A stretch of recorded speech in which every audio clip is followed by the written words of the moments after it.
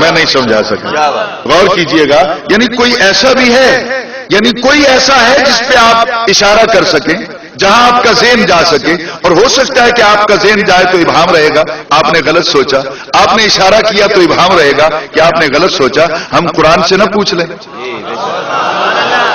بھی وہ کنٹرول جو کرتا ہے، تو آخر اس کے کنٹرول کو کسی نے دیکھا، اس کے ملکوت کو کسی نے مشاہدہ کیا، تو 7ویں پارے کے اندر خلاق عالم نے ارشاد فرمایا وَكَذَلِكَ نُرِي إِبْرَاهِيمَ مَلَكُوتَ السَّمَاوَاتِ وَالْأَرْضِ، فَسُبْحَانَ الَّذِي بِيَدِهِ ملکوت ہے نا جی، تو وہاں بھی ملکوت السماوات والارض، فسبحان الذی بیدہ ملکوت کل شیء۔ قبلہ پیر صاحب آپ چونکہ خود ایک عالم دین ہے، اور میں تو علماء کے قدموں کی خاک کے ذروں میں سے کسی ذرے کے برابر بھی نہیں ہوں، آپ پہ اللہ کا کرم ہے، اور باقی بھی علماء ذی وقار تشریف فرمائے ہیں، پنڈال میں بھی اہل علم و خرد، اہل دانش موجود ہیں، ذرا غور کیجئے گا، وہاں پہ بیدہ ملکوت کل شیء کہا، اور یہاں پہ ملکوت السماوات والارض کہہ دیا گیا، تو السماوات اور الارض کہہ کر کل شے کا ذکر کر دیا گیا، اس لیے کہ جو کچھ بھی ہے جس پہ شے کا اطلاق ہوتا ہے، یا اس کا تعلق آسمانوں سے ہوگا یا زمین سے،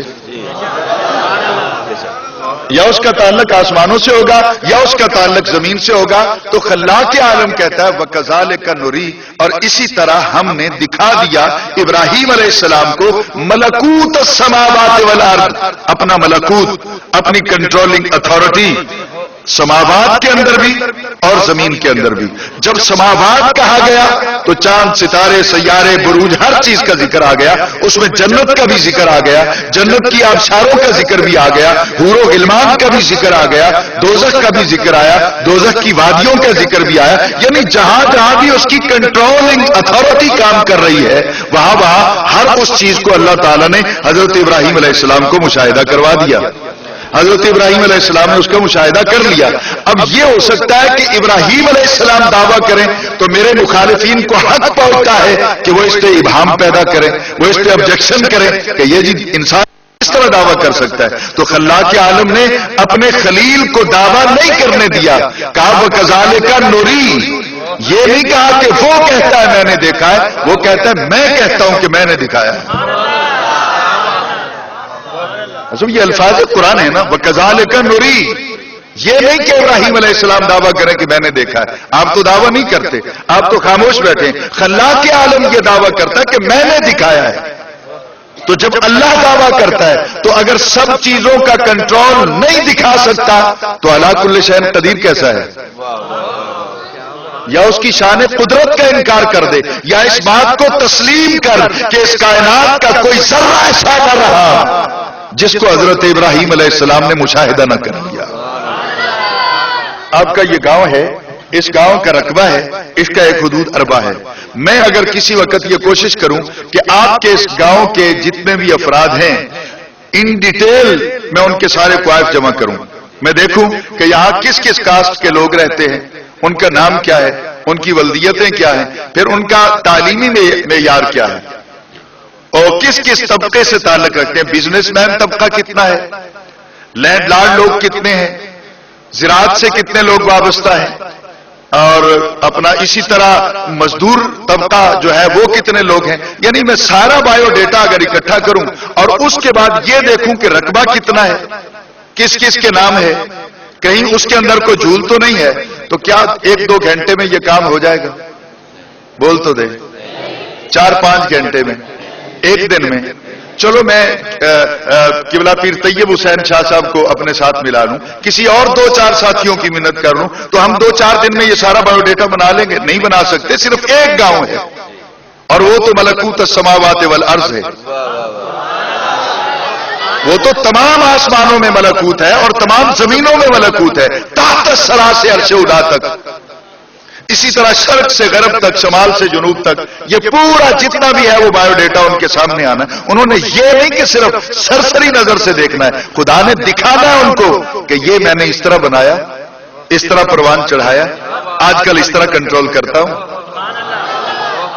اچھا یہ تو بول نہیں سکتا، اسے بھوک لگتی ہے تو روٹی کیسے دیتا ہوں، اسے پیاس لگے تو پانی کس طرح بہم پہنچاتا ہوں، اور یہ تو پتھر کے اندر رہتا ہے، کوئی سوراخ بھی نہیں ہے،